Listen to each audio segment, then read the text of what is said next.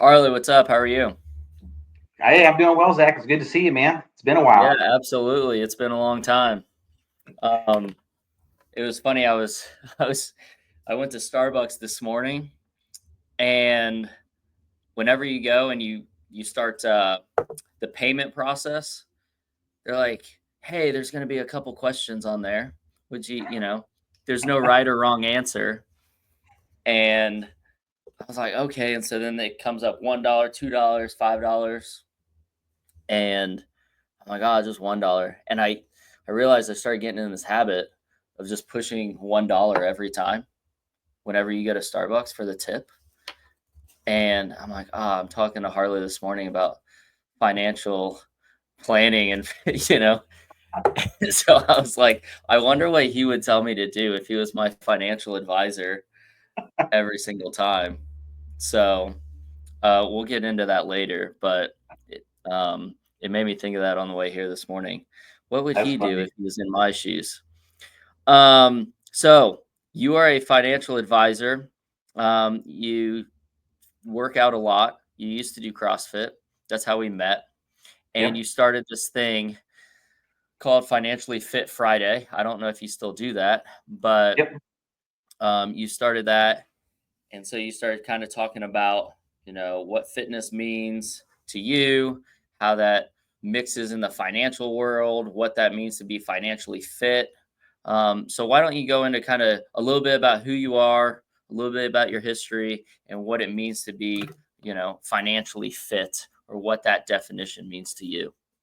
Sure. Well, actually, funny thing, this is actually I think almost coming full circle because I believe that you were on one of my first episodes of Financially Fit Friday. We recorded it in the gym. Yeah, I think so. You're like, hey, we're gonna record this, and I think I was just frozen for about the first 15 seconds. I was like, "Yeah, you should come to CrossFit, and you should get fit, and be financially fit too." And it was really bad. So, probably like my first podcast too, but here we are. Yeah, no, it's just it's that was a long time ago, but not that long ago. But no, it's been a journey to get here to where I am. So as you said, so I'm a financial advisor. I'm actually the senior advisor for RDW Financial Group, which is we like to say a locally family-owned boutique financial planning firm here in Indianapolis. Although we're fortunate enough to work with clients in 35 different states, so we serve clients all over the country. Both locally and abroad. But my journey to get here was interesting in the fact that it wasn't kind of the traditional route where you go to college, you study finance, you get out and you go work for Edward Jones or Merrill Lynch or any of these other companies. Mine actually started. My direction started towards the medical field, and because I actually went to college to become a physical therapist. Interestingly enough, but early on in college, we had 9/11, and that kind of served as a bit of a turning point for me. And the kind of my backdrop here kind of tells somewhat of the story in that I came to a point where I realized, I wanted something more out of life and I wanted to be a part of something bigger than myself. And I just didn't feel like college at the time was providing that for me. And so I made the tough choice and joined the Army actually halfway through a semester and left in 2005 for basic training, became an infantry medic, and that's really kind of where my career, as I like to say, started. Was on the battlefield, right? I served in a platoon of 30 infantrymen. I was doc and served two deployments with the 101st Airborne Division as a line medic, and then as a senior line medic for the company level. And from there, just kind of ended up bouncing around the country a little bit for the Army, working in hospitals. And kind of my final stint was I had tried out for Special Forces in the Army and ended up getting hurt in the training, dropped from it, and started to just kind of reevaluate what I wanted to do. And the Army incentivized me with nursing school, went to become a nurse, realized very quickly that I just did not have what it took to be a nurse. Not from a knowledge or skill standpoint, but just from an emotional standpoint. After all the time I spent, on the battlefield in combat, I just no longer had the emotional capacity, to treat patients anymore. And that was around the time my father-in-law approached me and offered me a job. Said, "Hey, why don't you come work for me? Leave the army. You don't sound that happy in it anymore." And so I made the decision after 10 years in the Army to make the leap, left, went and got my finance degree. And here I am, just about 11 years later, as a financial advisor. So it's been an interesting trip. And I like to say, or I like to think that my job is still just as impactful as it once was. It's just a little less messy these days, Right. Absolutely. Yeah. So now you've been in. So have you been with RDW Financial for the entire time? The whole 11 years? Yeah. The entire time, like I said, my father-in-law, he started the company actually the day after 9/11, is Oh when he wow. started the business. He got into it for similar but different reasons, in that he watched what was happening to his parents and the financial advice that they were getting. He actually he owned a software company at the time, and just saw there was a real need for, just true advice, true fiduciary advice, meaning, you're giving advice that is in your client's best interest, not in your interest. And that's something, unfortunately, that's just fairly pervasive within the financial services industry. Is it can be a bit self-serving on the wrong side of the table, right? It's a lot of times it's on the advisor side of the table. They are making recommendations that may not be in the best interest of their clients. It's actually serving them more, whether it's through higher fees or commissions, any number of different things. And that was why he started in it. And so I've just been super blessed and lucky to have started my career in this, in an environment where it was all about what can we do to best serve our clients, and hopefully, we prosper out of that relationship as well. Yeah. And so what does financially fit, right? We use that term all the time, you and I did. And what's that mean? If you could just explain it to people listening right now, what's it mean to be financially fit, and how that relates to being, physically fit as well? Yeah, so it's one of those things. Obviously, through the military, I participated in a lot of fitness. You have to be fit, at least to a degree, to be a soldier, especially working in the infantry. Once again, I was fortunate enough to grow up in a household where fitness was pretty important. My mom regularly competed in marathons and half marathons and triathlons and long bike rides. And so I kind of grew up around that, and joining the military just kind of further enhanced that. And when I got into finance, I was just kind of looking for a way that I could relate, my experience and knowledge in a way that, in an area that I had passion in, which was fitness yeah, and as well as finance, and be able to translate that in a way to kind of, bring the two together in a sense, which is how that was born. And through that, it's been interesting, because being financially fit isn't just about the fitness or the finance.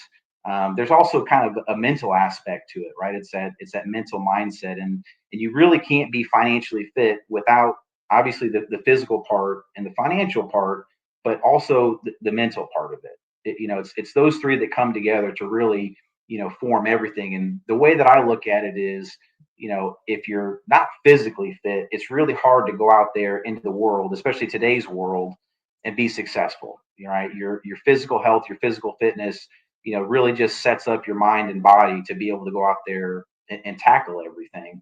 And then just the mental game of it, understanding, what the real challenges are out there, and relating that back to, just on a personal level, your own finances, and understanding, the realities of, what it means to actually be financially fit or financially stable. I guess is kind of the more basic way to put it. And so it's really just about bringing those three things together so you can have success in all areas of your life, whether it's, personal, professional, on the fitness side, on the mental side, as well as the financial side. Yeah, that's awesome. Um, I find that a lot of people, once they get out of college, and this was me, you get out of college, you start, getting a paycheck, or, in my case, not so much, but your goal is just to make money, start living. You almost feel like you're living paycheck to paycheck. And I find that sometimes the long-term plan is almost out of sight, right? I'm just trying to get by. I'm living paycheck to paycheck. And that's almost like how I felt. I didn't even think about retirement, for a long time. I'm like, I'm just trying to survive. I just want to eat. I just want to pay my bills, right? So looking back, I wish I would have probably sat down with someone when I was 21 years old and just said, where do I start? Do I invest $1? Do I tip the $2 at Starbucks? What what is it, right? Like, where do I save $5, on my monthly bills by not eating out? Like, what is it that I can do? And so my question to you is, 21-year-old Zach comes to you and says, "Hey, I want to start investing. I don't know what that means. Like, where do I even start?" Right. And Yeah, so someone new in the game, they want to, start investing. They know 40 years from now they're trying to retire. What's where do we start? yeah. So I think the first place to start is to, realize and acknowledge that, society as a whole, even our education system, has really given us the wrong uh, perspective on finances in general. I mean, if humans are one thing, we're trainable, and we've been conditioned to focus on things that just, really aren't important, and aren't necessarily impactful. I'm not going to say that, tipping at Starbucks isn't impactful, but they've conditioned us to just do it because we have this innate sense that we're going to feel bad if we don't do it, right? Right. We have this feeling of obligation, even though there is zero obligation to do it. Now, obviously, if your barista is super friendly and everything, and I do it, yeah, tip $1, especially around the holidays. But when it comes to finances, everyone's mind always goes straight to investing, right? And that's just one small piece of it. When I work with younger clients, so 21-year-old Zach comes in, my first piece of advice is to print off your W-2 and study what that is, right? Your W-2 is your pay stub, right? You need to begin to understand where your money is going, right? Both from a federal taxation standpoint, all the way down to the state and local, right? Understand everything that's coming out of your paycheck, because we think, okay, we get a job where I'm making $50,000, 60,000, whatever. That's You're not actually taking that home, right? If you're making 50, you're bringing home 40, probably on average. So the first thing to do, like I said, is understand that W-2, what is on there. That's going to be your first place to start. The next place is to look at your bank statement and see, after your money comes to you, then where is it going? And this is the unfortunate part, is for most people, and I've been guilty of this, that many times throughout my life, is that we get paid last, right? We pay ourselves last. We pay everybody else first. Obviously we pay the federal government and the state government first. Then that money comes to us. We pay our rent or our mortgage. We pay our cell phone bill. We pay our Netflix, cable, all these things. And then we're the last ones left, right? And if you really think about it, that's just not fair to ourselves, right? We're the ones doing the work, yet we're paying everybody else first, and we're getting paid last. And so the first, after studying your W-2 and your bank statement, the next thing to do is figure out how you can pay yourself first. A simple example of that is, probably the easiest way, is having just an automatic transfer to a savings account from your checking account every time you get paid, whether it's $10, $20, $50, to build up some sort of outside savings account, right?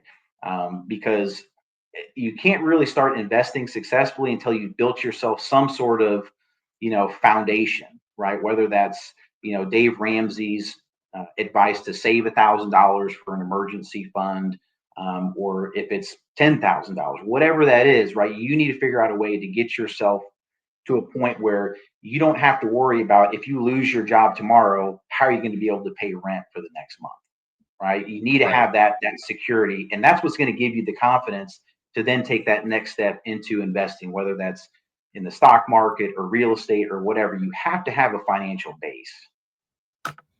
Now, whenever I transfer money into a savings account, is that just opening up a savings account at, my local Chase Bank and just saying, "Hey, I'm going to transfer it over here," or, should I start putting it more in a high yield savings account, or am I getting too, is that too complicated right now? No, any For of a those beginner. work. No, any of those work. I don't necessarily like to use myself as an example because I probably overcomplicate things a bit. I work with 3 different banks, and I think I have 6 different accounts. Um, you know, all for different purposes. But I have money going into all of those accounts every single month, and it's all automated. And the best piece of advice I can give is, when it comes to that, is, first start with the path of least resistance. So if you bank at PNC, or if you bank at Chase or wherever, just open up a savings account there to start with, right? Because you can go onto your online profile and just set up the automatic transfer every single month, right? So $50 every month goes over.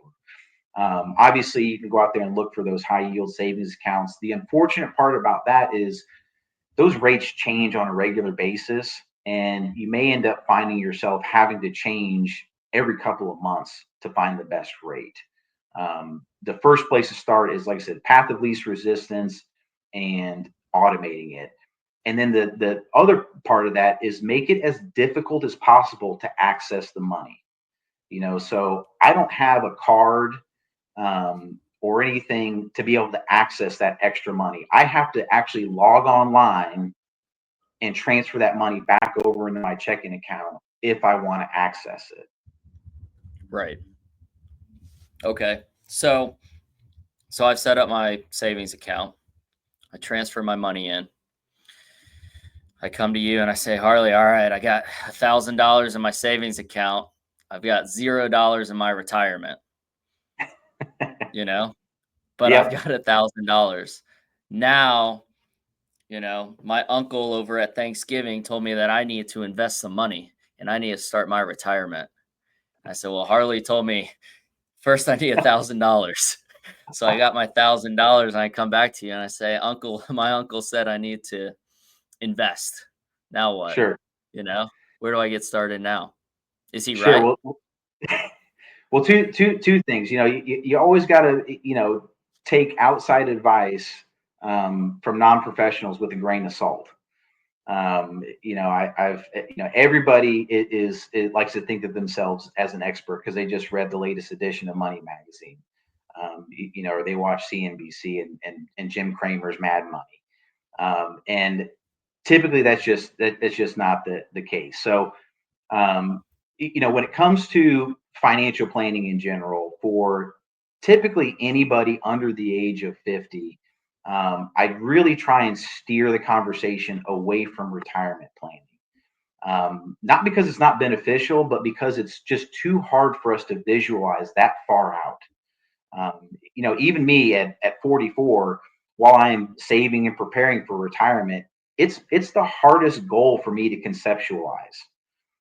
Because it's still so far down the road. I mean, it's still 20 years down the road, more than likely that I'm going to be at that point. And that's it's not much fun to be working towards a goal that is 20 years down the road, or 30 years down the road, or even 40, right, depending on how old somebody is.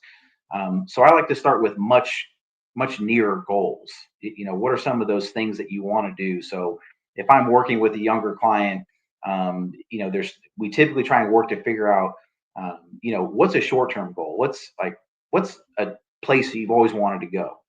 You know, India, Thailand, wherever, right? Let's start with that. Let's start with that goal in mind, because that's something much more exciting to work towards, because it's nearer in the future. When it comes to retirement planning and saving for retirement, the easiest way is, most every company out there has a 401k of some sort. And I always tell people, if you do nothing else, start with contributing enough to get the match.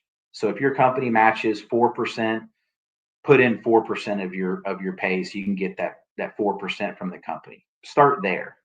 Once you've met that, my next piece of advice is, as somebody who is still under the age of 60, because here's something important is, if you're under the age of 59 and a half, basically any retirement account, those funds are off limits. You cannot use them for anything.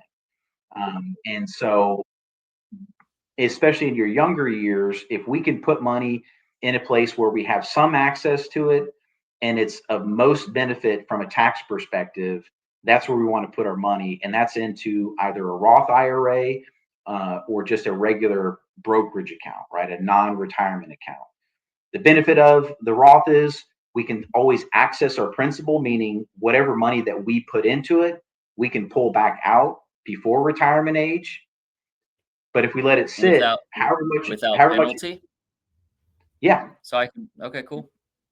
yeah. So if you put $1,000 in your Roth and it grows to 2,000, right? A year later, you can take out your original 1,000 without taxes or penalty, but the $1,000 of growth has to stay in there until you're 59 and a half, and then that comes out tax free, right? So Okay. you're arguably paying taxes today, which, if you're younger, in your 20s, 30s, 40s, you're probably in what will be your lowest tax bracket going forwards, because you're going to, hopefully your pay keeps going up as you enhance your career. And so if you can pay the taxes now, that's all the more better. And then in a brokerage account, there's taxes, with withdrawals if there's growth, but there's no penalties for it. So there's just a lot of flexibility between a Roth IRA and a non-retirement brokerage account. So if I'm working with a company as an employee and I match the 4%, let's say, and they put 4%, can I invest more money into a Roth outside of that 401k? I'm asking for the people listening. So, Yes, yeah, yeah. So with a Roth IRA or a traditional IRA, there are income limitations. So as a single filer, meaning you're not married, for a Roth IRA, it the income limit is 146,000. So if you make 146,000 a year, you are not eligible to contribute anything to a Roth. There are other ways around that. It's called the backdoor Roth IRA, which we can get into, later if you want. And if you're a joint household, it's much higher. I believe it's around 250,000 of joint income. Then makes you ineligible to contribute to a Roth. But otherwise, you can put money into your 401k and put money into a Roth. okay. Yeah, that's awesome. So I've got my savings account, got $1,000 in it. I'm matching with my company, and now it's time for a vacation. That's what I heard. I heard we're going to India. We're going. That's the kind of things that I like to hear. I take all my money. I'm spending it on vacations, and I'm traveling. I'm going to buy a new car, No, no, and no, then no. I'm set up. Yeah. A car is the worst place you can put money. Going back to what I mentioned earlier about being conditioned. We are conditioned, especially here in America, to want the latest and greatest thing. And for those listeners out there who may be living paycheck to paycheck, that's one of the things that really comes down to is a bit of a self evaluation to see, where's my money going, and of those places that it's going, how important is that to me? How impactful is it to me? Because at one point, this is probably 3 years ago, I sat down and was going through our bank statements, and I realized that, we had set out trying to save money by not having cable. So we were just using streaming services. And I Right. found we had $130 a month going to streaming services. We just had this conversation literally 3 days ago, and I said, "How much are we paying in streaming? Like, just streaming. Like, how much is cable, right?" And so, yeah, it was the same thing. It's I think we're at a couple $100 in just random streaming services to watch Netflix and Hulu. I'm Yeah, like, "Well, how do we watch the Colts game?" "Well, Hulu Live," you know? yeah, So, and we're the same thing with our cell phone plans. We got to have the latest iPhone or the latest Galaxy, and we need to have the unlimited plan. But the reality is that most people are not using enough data to justify having the unlimited plan, and it's by far the most expensive. For streaming services, when I realized, this is 3 years ago, that we were paying that much across all these streaming services, I immediately canceled all of them, except for Netflix was the one that we held on to. And we were lucky because it kind of coincided with when Black Friday came around, and we ended up getting all the streaming services back, but at huge discounts, because typically around Black Friday, around the holidays, you can get any of them for a couple dollars a month for the first year. So like we got, Peacock at for $1 a month. We got Max for $5 a month for the first year. And I mean, don't tell the companies, I guess, but we do that yeah, every single year. We just change the email address. that's amazing. Yeah. Yeah. And so now I I think we spend around $50 a month on streaming as opposed to 130. So October 1st every year, you just set an alarm that says cancel all services, and Oh, then we you didn't have to just set an alarm anymore. My wife Ashley, she's onto it now too. In fact, she's the one that did it this year. I didn't even have to do it. She was all excited about cutting everything off and rejoining, and so she took care of all of it. and you do that every single year. Yeah, Man, that's a big yeah. tip. Like, I mean, that's huge. We were just talking about that, how much money we spend on just streaming alone. I mean, so right now we're probably at, I would say $150. I'm probably way off, but about $150. And if we did that, we would save $100, which is $1,200 a year. Yeah, You do that 5 years, I mean, that's a vacation. easily, Yeah, easily. And if you're if you've got an individual brokerage account where you're seeing some growth on that, whether through market appreciation or dividends or whatever, I mean, you could easily turn that $1,200 a year, into $2,000 a year. yeah. So do you find that this is where most people struggle when they first come to you? It's not even the Oh yeah, knowledge about investing or anything like that. It's just people don't know where their money's going. that's the number one problem. And I don't care if you're 21 or 61, right? Nobody ever knows where their money is going, and it's either just out of it's blissful ignorance, hear no evil, see no evil type of idea. It's rare that I have found the person that actually goes through their bank statements or credit card statements. I don't do it as often as I once did, but 8 years ago, I used to come home with all of our bank and credit card statements, and I'd have a handful of highlighters. Ashley would run out of the room because she knew exactly what I was going to do, because each highlighter Yeah, color stood for a different type of expense, and she had her own color. And that yeah, was my opportunity for her to show her how many times she went to Target that week. And right, I love my wife Ashley. She is great. She's very frugal and everything, but it's one of those things. It's too easy. In my case, I get to see how many times I swipe my card at the gas station to get a Monster every week. right. Complete waste. I'm paying double at the gas station what I could if I just bought the case at Costco. Yeah, Leah and I did that every single year for, I don't know, the last 6 or 7 years, and we were just highlighting every single expense. It was the worst 2 days ever. I mean, we are highlighting everything, and then I had my Excel sheet, and so not only are we highlighting everything, but she's reading out loud what the expense is. So Yeah. she's like, "Okay, you went to Casey's gas station and I see that you bought, $6. What else other than coffee did you buy?" And then, and then we're talking about our dinner expenses. And so we're typing it in Excel every month, has its own tab, and then we're depressed for you know, the next 2 weeks, and that's all we're discussing is how much money we're spending.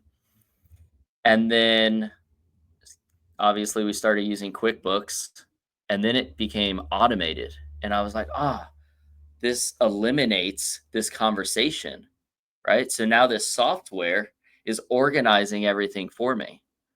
But I don't think it made the situation better. Does that make sense? No. Like because Yeah. then it's almost automated to where we don't have to have a discussion. And so all of our expenses and business and personal, it's just automated. And then I just sit down with my tax advisor and say, "Hey, we're ready to go." And yeah, so we never really like have that weird conversation on how much money I'm spending on coffee every year. Yeah. Is Well, there something other than QuickBooks that that your clients use that you're like, "Hey, use this software that will automatically track your expenses and create an easy budget." That's what I found is that, I use QuickBooks because of my business. But if I was just on a W-2 at a regular job, I probably wouldn't be downloading QuickBooks. Maybe I would be. I don't know. Like, what's your advice on if someone's trying to create a budget and they want to know where their expenses are going? so the first thing I'll say, and this runs counter to the prevailing thought process, but I do not believe in budgets. I They love it. unless you're like a company or corporation, budgets just don't work on a personal level for 99% of people. Every now and then I will encounter somebody that has a line by line budget and sticks to it.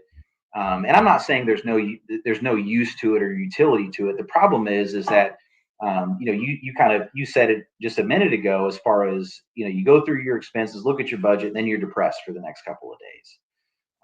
And just the idea, the connotations that come with the word budget, it just makes you cringe. Nobody wants that, because it's the idea of living on less. And so I like to say, budgets don't work. The first thing to do is, like I said in the beginning, figure out how to pay yourself first. And then when it comes to the idea of budgeting, you have to set yourself limits for what you're willing to pay for. And the only way to do that is by a self evaluation. No software can do it for you. No person can do it for you. It's just like fitness, right?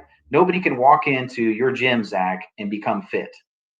They have to Right. put in the work and do it themselves, right? They can't have Zach say, "Well, this is how you do a deadlift. This is how you do a power clean," and you do the work for them. It doesn't work like that. It's the same thing, I believe, with your finances. Is it takes you putting in the work to do it, and it's always hard in the beginning, just like working out is. You're going to be sore. You're not going to like it. It's going to be a struggle to go back to it the next day, but the more you build that routine, the easier it becomes. And the more you clean up your finances little by little, you're going to come to a point, whether it's in a couple of months, in some cases, a couple of years, depending on how bad things are, where it's just effortless. You don't even have to think about it anymore. And, I like to think that's where I've gotten ourselves to, is I don't have to bring home the bank statements, credit card statements, every single month like I used to.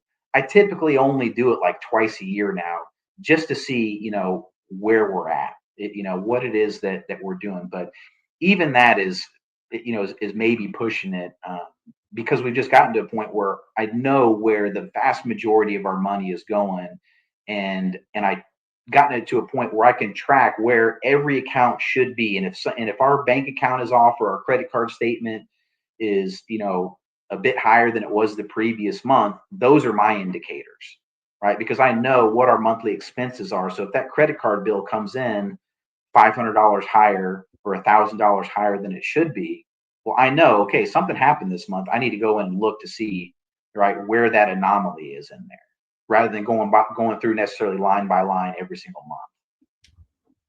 Right. Credit cards. You mentioned credit cards. Good, bad, Just like benefit. everything, just like everything in finances, right? There is no such thing as, here's another controversial statement I have is I believe there is no such thing as a bad investment. There's just bad placement of investments, right? Everything out there serves somebody's purpose. The question is, what serves your purpose?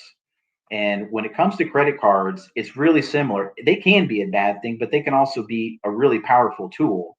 Obviously, our FICO score, our credit score, is what allows us to access capital, right? Access other people's money for the things that we want to buy, whether that's a house, a car, whatever, start a business. And credit cards fall into the realm of you have to build that financial foundation first. Then you can go into using credit cards. And I'll be honest, we use credit cards for everything. Aside from things like our mortgage and utilities, but otherwise everything goes onto our credit card because we get 2% cash back on everything. I pay it off every single month. I never leave a balance on there, and that's how I can track where our spending is. Now, if I let that balance build up and build up, it becomes harder to see how much we're spending in a month. But if I know, hey, every month we put $5,000 onto our credit card, right? And the next month it comes in at 6,000, like it will, I'm sure, for December. I know that things are outside of our normal spending. So if that happens anytime outside of the holidays, I know something has gone awry, right? Or something came up, and I just need to go in to verify that. But credit cards are, in my personal opinion, I've kind of gamified it to where every year I see how much money I can build up inside the credit card. I get Yeah. that 2% cash back every year, or for most purchases. And so by the end of the year, I like looking to see how much money I accumulated in the cash balance of the credit card. It serves no purpose except for my own entertainment. Yeah. Yeah. I didn't have a credit card till I was maybe 32, 31, 32 years old. And I never had one. I paid cash for everything. Like decently, you know, large expenses, I guess I would. Um, but I borrowed money for a car, but I always had to have a cosigner, for the longest time. And I got an Yeah, apartment, and I remember getting an apartment about 10 years ago, and I had to show my bank statements to the apartment complex because it was almost like I had no credit to my name. I was yeah, like, but I'm paying all my bills. Like I'm paying them off. I'm paying them on time. I have no debt up to this point on, all these expenses that I'm showing you, but they want to make sure that I can make a payment. And so then, yeah, it was like this odd conversation I was having with these people that that I needed to sign off on. So I said, okay, so I got a credit card for like $400 and I just used it for gas. And then I started, using it for gas. And then next thing you know, I was like, well, what happens if I put all of my expenses on a credit card, and then just pay it off once a month? And I do the same thing. You just look at it and you're like, wow, look at all this money I'm getting back. But I'm thankful that at 25, I did not have a credit card because I probably would have maxed it out. But, now I feel a little more responsible, and it is nice to use it as a tool, like you said. yeah. And that's Um, what we did the same thing. Our credit our when we first started using credit cards, um, we had one. It was just for gas. That's all we used it for. And so we just kind of trained ourselves, right, Yeah. to start small. And that, like I said, now we've gotten to a point where we can use it for basically mostly all of our expenses and just pay it off every single month. Right. So earlier you were talking, obviously a savings account. We put a little bit in the 401k. We're not budgeting, but we kind of know where our money's going. How early how early do you really start talking about retirement? Like, people are putting a little bit of money in their 401k. There's a little bit in there. When's the retirement plan or that conversation truly start, with So people? yeah, so it's different kind of for everybody, and for me, it starts with the our first conversation, whether that's in person in our offices, or virtually, like this, which is how we meet with a lot of our clients. And it's first trying to figure out what it is that the individual, the person or couple is looking for, and if a younger couple, and I say younger being in this case we'll say under 40, comes to me and they say, well, we want to do some retirement planning, financial planning. And my first question is, when do you want to retire? And the reason that's my first question is because if someone wants to retire at the traditional age of in their 60s, that's a completely different conversation than if someone says, well, we want to be retired before that period, right? We want to be retired by the time we're 50. That's kind of the first differing point. Have you heard of the acronym FIRE? No. So it's FIRE is financially independent, retire early, right? And that's Okay. the idea of we work hard, save hard early in our career so we can build up this big nest egg and then retire early, right? Whether that's in our 40s or early 50s. Um, and that takes a much different approach than retirement does.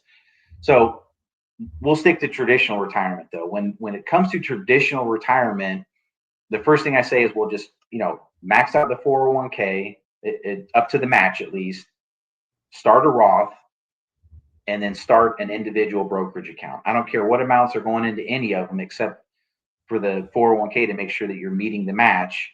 The next goal is to be able to max out your Roth. So if you're under the age of 50, that's $7,000 a year that you can put into the Roth. That, once again, like I said before, you can still access that 7,000 at any point in time. Once you've been able to do that, start the individual or joint brokerage account outside of that. Okay.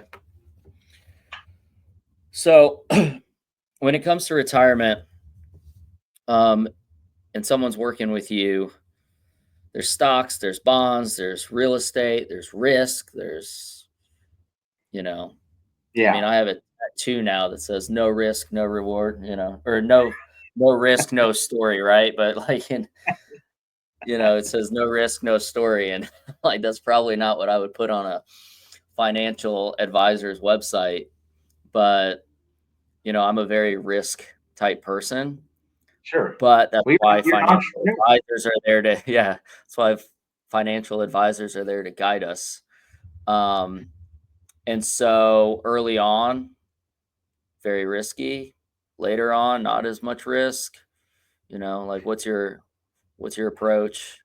So my approach, once again, is can be a little bit different than your kind of everyday run of the mill financial advisor, in that there's two sides to the risk coin, right? There's the risk tolerance coin, or side of the coin, and that's what most people initially think of is or most advisors kind of go to is what is your response going to be from an emotional perspective when the market goes up and goes down, right? That's risk tolerance. That's me asking for what your emotional response is going to be to the movement of your account. The other side of that risk coin is the risk capacity coin, right? How much risk are you capable of taking at whatever point you are in relation to your goals? So in your case, Zach, even in my case, when it comes to retirement, right? Purely retirement investing, we have all the capacity in the world because retirement is 20 plus years out for us, right? Throw caution to the wind, right? You should not worry about how that money moves at all. Put it into the stock market and just let it go. Don't look at it, don't watch it, don't try and time the market. It's a losing game. What we know is that over time the market goes up, right? So we have all the capacity in the world, as opposed to someone who comes to me and they're 60 and they say, Harley, I want to retire in 2 years or 3 years. Okay, their capacity for risk is much lower than ours is because they're so much closer and so much more vulnerable to those market fluctuations. Right. Um, so we go back to the risk tolerance side of things when it comes to our goals that are nearer term. So for that 60-year-old, right, both the risk capacity and risk tolerance should be low at that point because they don't want to risk, right, messing up their retirement. For us, that trip to India or Thailand or whatever, right, we probably don't want to have as much risk on that money that we have allocated for that because one, we want to take it, and two, it's in the near term. It's close to us, and we want to make sure that that goal we've been working towards over the last year or whatever, that we're going to actually hit it. There's nothing more devastating than working towards a goal and not meeting Right. it. Does that make sense? Yeah. Yeah. That makes a lot of sense. Um, Economic downturns, um, you know, how do you advise your or recessions, economic downturns, things like that? Like, how do you work through? Is this an emotional thing with a lot of people? Like that you find, maybe they see things in the media, or the election, like things go up and down. People aren't Yeah, sure what's going to happen. They come to you and they're like, hey, the election's going on. Maybe that's a good, it's not 2008 right now, but, you know, people probably come to you with lots of concerns, with what they see. And it's probably more emotional than anything. But, how do you guide your clients, through these economic downturns and possible recessions and things like that? sure. Well, once again, we're emotional creatures. And unfortunately, we have a bad habit of really focusing on things that we have zero control over. And, I heard a great quote a number of years ago, and it's been arguably one of the most impactful quotes and ideas. And it's from Tony Robbins, right? Tony Robbins, the, famous kind of, guru out there to to help people with their motivation and things like that. But I heard a quote from him that said, or he said, "You're allowed to be upset about things for 90 seconds. That's it, because whatever has happened, you can't roll back time and change it. And by focusing on it, you're not doing anything to help solve whatever that problem was or whatever caused it, and you're not helping yourself from an emotional, mental, or physical standpoint. So you allow yourself 90 seconds to be upset about it, and the next step is to start moving forward, figure out a way to get past it. When it comes to recessions and market downturns, there is nothing that you and I or anybody else, even Warren Buffett, can do to prevent that. It is going to happen, right? It's all about how do we prepare ourselves for when it will happen. Whether that's how we are saving on a regular basis, how we're positioning our investments, uh, especially our investments that are allocated towards specific goals. So for me, if the market has a downturn, my 401k, I'm not really concerned about what happens to it because I know I don't need that money for 20 plus years. I'm much more concerned about the funds that we have allocated for our vacations next year, right? And if those are in the market, what sort of impact may happen with that. And so a lot of what my job does come down to in these times, especially over the last couple of years, unfortunately, from all the way from COVID really up to the last election, is a lot of not so much financial counseling, but emotional counseling. That's a lot of what my job turns into is is bringing people back to reality and painting, getting them to actually see how the world is and that it's not all, doom and gloom, right? Doesn't matter who gets elected, the world is still going to keep turning, right? Nothing stopped this year after the election, and it won't stop. And so we just have to realize to focus on the things that we can control, not the things that we can't control. Yeah. I find it that a lot of conversations that I have with people, just everyday talk, is a lot about inflation. And I don't know, the last few years, obviously we felt it, right? And so people are on, fixed salaries, and they feel like they've got their money and it's allocated to what they need to allocate their money towards. Got their, they've got their, I don't want to call it a budget, but they've canceled some of their expenses and they're not on Netflix or whatever it is. But now it seems like everything has gone up. And so now the money that people are bringing in may feel like a little bit less. And unless they get a pay raise, a significant pay raise, or they switch jobs at a higher amount, a lot of people seem like they're, I don't want to say underwater, but they felt really good about things, you know, a few years ago. Yeah. Well, I mean, bottom line, all of our expenses have gone up by 20%. Yeah. All of them. Our base expenses are all up, 20%. And, God forbid you're at a point where you're trying to buy a house or you're trying to buy a car right now with the way interest rates are. It's difficult, comparatively speaking to where we were just, 3-4 years ago. Now you talk to our parents, right? Who will tell you all day long about the 19% interest rate they had on their first mortgage, and on their cars and stuff. And that's where, once again, we've been conditioned ourselves to the idea that we have to have, the biggest house possible on the nicest street, that we have to have the brand new car and all these things. And so if we paint ourselves into that corner, we got to figure out a way to paint ourselves out of it, whether it's finding Right. a different job with higher pay, or unfortunately decreasing it, right, those luxuries in our life. And once again, that goes back to my point earlier about looking to see where your money is going and evaluating what actual positive impact is it having on your life, right? There's always a way to get a less expensive car, a less expensive phone. House is a bit different, but for those who may be listening that are in the renting phase, look, when I first left the house, I had to have a roommate, right? I shared a 2-bedroom apartment, and then a 2-bedroom house, and rented. I had a roommate for, gosh, like 10 years, right, of my life before I ever actually had like my own place. Um, and there's nothing wrong with that. And I think that's a good place to start. Is how can I leverage the money I have by bringing in a roommate, or downgrading the car that I have, or maybe I don't need the unlimited plan. There's always a way to be able to cut stuff out of the budget, whether that's your streaming services, going to Starbucks every day, whatever it is, Right. buying a Monster every day at the gas station for me. Yeah.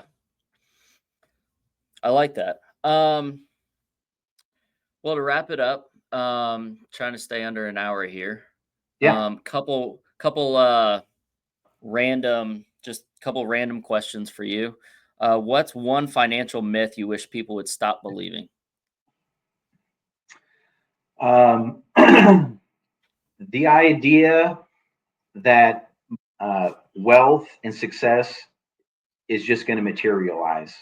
When GameStop happened a few years ago, for those out there who are aware, GameStop was basically trading bottom of the barrel, and then it went, I think, above like $400 a share. Those things come along once in a lifetime, and trust me, the people who in your life telling you that they rode that train and were successful, it's not true. Right. Because if they were that successful with it, they wouldn't still be where they are today, right? Um, Absolutely. it, it is a slow process, just like the fitness process. It does not happen overnight, right? You can't Yeah. spend your way to wealth, just like you can't, eat your way to health necessarily. Yeah. And I think you've kind of answered this throughout the podcast, but what's your best piece of advice for someone looking to build wealth? Yeah, I mean the first place to look, the most basic way, and it sounds boring. I mean, there's nothing sexy about it. Um, but the first thing is to understand where your money is going, and how those various things work. Whether it's studying your W-2, looking at your tax return to see how you're being taxed, and how you can save money. Because here's the thing: we all have an Uncle Sam and we have an Aunt Iris, otherwise known as the Yeah, IRS, and they absolutely. they want their money. They don't care if you pay them too much, too early, or anything, right? They're not going to let you know, hey, here's a way that you can save money on taxes. And that's arguably one of the easiest ways that you can begin to save yourself money, is understanding how taxes work and how you can take advantage of some of the rules out there. And one last question. What book, podcast, or resource would you recommend for someone who wants to improve financial literacy? So I think, for the most part, anything Dave Ramsey is pretty good. Is a pretty good place to start. Um, there's some areas really when it comes to investing that I don't necessarily agree with Dave. However, he does a fantastic job of taking complex ideas and breaking them down into simple, bite-sized, understandable pieces to get you on the right path to financial success. Awesome. Well, Harley, I appreciate you coming on. It's been fun chatting for almost an hour. These go by Yeah, man, pretty that's quick. good. It did go Yeah. by. It went by real quick. Yeah. Yeah. So yeah, we'll have to schedule a follow-up. Um, but other than that, I appreciate you coming on. And then yeah, we'll talk soon. Yeah, and if anyone ever has questions, you can find me on Facebook, RDW Financial Group, rdwfinancialgroup.com. I mean, we meet with everybody on a consultative basis to start with, so there is no, fee to sit down and talk and have an evaluation done of your situation. Where myself or any of the other advisors that we have, our first goal is to help bring value and give you a better understanding of where your situation is, and if we think we can help in some sort of way, we offer that up in a very transparent way so you can see exactly what a relationship with us would look like. Awesome. I appreciate your time. Yeah, appreciate you, Zach. It's been fun watching you go from the gym guru to now the real estate side of things, and look forward to Yeah. continuing to watch your success, man. All right. Thanks. We'll see you.